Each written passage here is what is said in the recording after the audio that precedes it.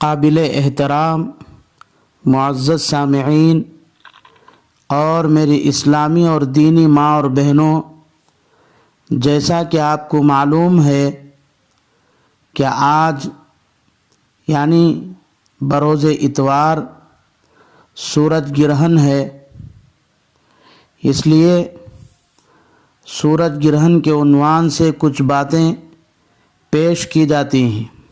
عربی زبان میں نقص یا کمی کو بتلانے کے لیے کسوف یا خسوف کا لفظ استعمال کیا جاتا ہے، لیکن ائمہ لغت نے گہن کی وجہ سے سورج کی روشنی میں کمی ہو جائے تو کسوف اور چاند کی روشنی میں نقص پیدا ہو جائے تو خسوف کہنے کو ترجیح دیتے ہیں۔ یہی وجہ ہے کہ سورج گرہن کی نماز کو صلاۃ الکسوف اور چاند گرہن کی نماز کو صلاۃ الخسوف کہتے ہیں۔ علم فلکیات کے اعتبار سے سورج، چاند اور زمین کی گردش اگرچہ کہ متعین ہے، لیکن کبھی کبھی سورج، چاند اور زمین پھرتے پھرتے ایک ہی لائن میں آ جاتے ہیں۔ جب زمین پھرتے پھرتے سورج اور چاند کے درمیان آ جاتی ہے تو چاند پر زمین کا سایہ پڑتا ہے، اس لیے چاند اندھیرا ہو جاتا ہے، اسی کو چاند گرہن کہتے ہیں۔ اور جب چاند سورج اور زمین کے درمیان آ جائے تو اس وقت سورج کٹا ہوا نظر آتا ہے اور زمین تاریک ہو جاتی ہے، اس کو سورج گرہن کہتے ہیں۔ لیکن دین و شریعت کے اعتبار سے سورج گرہن اللہ کی ایک بہت بڑی نشانی ہے، چنانچہ صحیح بخاری میں ارشاد نبوی ہے، وَإِنَّهُمَا آیَتَانِ مِنْ آیَاتِ اللَّهِ۔ اللہ تعالیٰ سورج گرہن کے ذریعے بندوں کے دلوں میں اپنی عظمت اور جلال کو بٹھانا چاہتا ہے، اپنے بندوں کو عذاب سے ڈرا کر ان کے دلوں میں اپنا خوف اور خشیت پیدا کرنا چاہتا ہے۔ سورج گرہن کے متعلق ایک سچے پکے مسلمان کے لیے یہ عقیدہ رکھنا چاہیے کہ چاند، سورج سمیت پوری دنیا کا نظام اللہ کے حکم کے تابع جاری اور ساری ہے، لیکن کبھی کبھی اللہ جل شانہ حکمت کے پیش نظر اس نظام میں کچھ تبدیلی بھی فرماتے ہیں۔ چنانچہ سورج گرہن بھی اللہ کی حکمت بالغہ کے پیش نظر ہے۔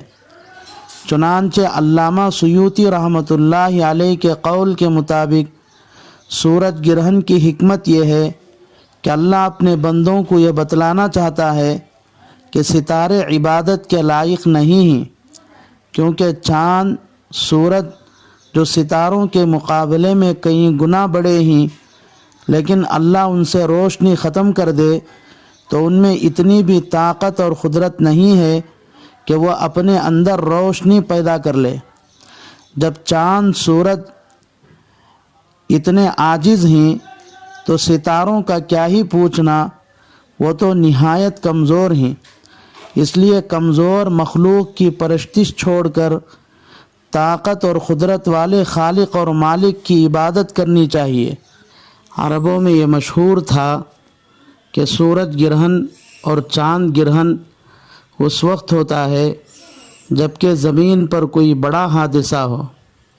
چنانچہ رسول اللہ صلی اللہ علیہ وسلم کی زندگی میں ایک بار سورج گرہن ہوا تو اتفاق سے اسی دن آپ صلی اللہ علیہ وسلم کے لقطے جگر سیدنا ابراہیم کی وفات ہوئی تھی، جس پر لوگوں نے یہ کہنا شروع کیا کہ آج چونکہ ابراہیم کی موت ہوئی ہے اس لیے سورج گرہن ہوا۔ اس پر رسول اللہ صلی اللہ علیہ وسلم نے فرمایا ان الشمس والقمر لا یخسفان لموت احد ولا لحیاتہ ولکنہما آیات من آیات اللہ۔ سورج گرہن اور چاند گرہن کسی کی موت اور حیات کی وجہ سے نہیں ہوتا ہے، بلکہ وہ تو اللہ کی نشانیوں میں سے دو بڑی نشانیاں ہیں۔ صحیح بخاری میں حضرت ابو موسیٰ رضی اللہ تعالیٰ عنہ سے روایت ہے، رسول اللہ صلی اللہ علیہ وسلم کی زندگی میں ایک بار سورج کو گرہن لگا تو حضور صلی اللہ علیہ وسلم پر ایسی کیفیت طاری ہوئی جیسے قیامت آ گئی ہو۔ پھر آپ صلی اللہ علیہ وسلم مسجد میں تشریف لے گئے اور نماز پڑھی، بہت ہی لمبا قیام، رکوع، سجدہ کیا، پھر فرمایا یہ کسی کی موت یا زندگی کی وجہ سے نہیں ہوتا، بلکہ یہ اللہ کی نشانیاں ہیں جو اللہ بھیجتا ہے، اور ان کے ذریعے اللہ اپنے بندوں کو ڈراتا ہے۔ جب تم ایسی بات دیکھو تو اللہ کا ذکر، دعا اور استغفار کی طرف دوڑا کرو۔ سورج گرہن کے موقع پر سورج گرہن کی نماز باجماعت ادا کرنا مسنون ہے۔ اگر جماعت کا موقع نہ ہو تو الگ الگ تنہا ادا کرنا بھی جائز ہے۔ سورج گرہن شروع ہونے سے لے کر اس کا اثر باقی رہنے تک طویل نماز پڑھنی چاہیے۔ اگر درمیان میں زوال یا دیگر مکروہ وقت آ جائے تو نماز کے بجائے دعا، استغفار میں مشغول ہونا چاہیے۔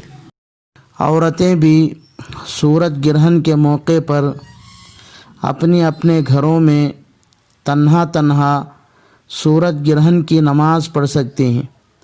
اللہ سے دعا ہے کہ اللہ تبارک و تعالی تمام مسلمانوں کو سورج گرہن کے موقع کو نماز، ذکر و اذکار، توبہ، استغفار اور دعاؤں میں گزارنے کی توفیق عطا فرمائے، اور اس مہاماری اور بیماری کرونا وائرس کو پوری دنیا سے ختم فرما کر پوری دنیا میں امن و امان قائم فرمائے۔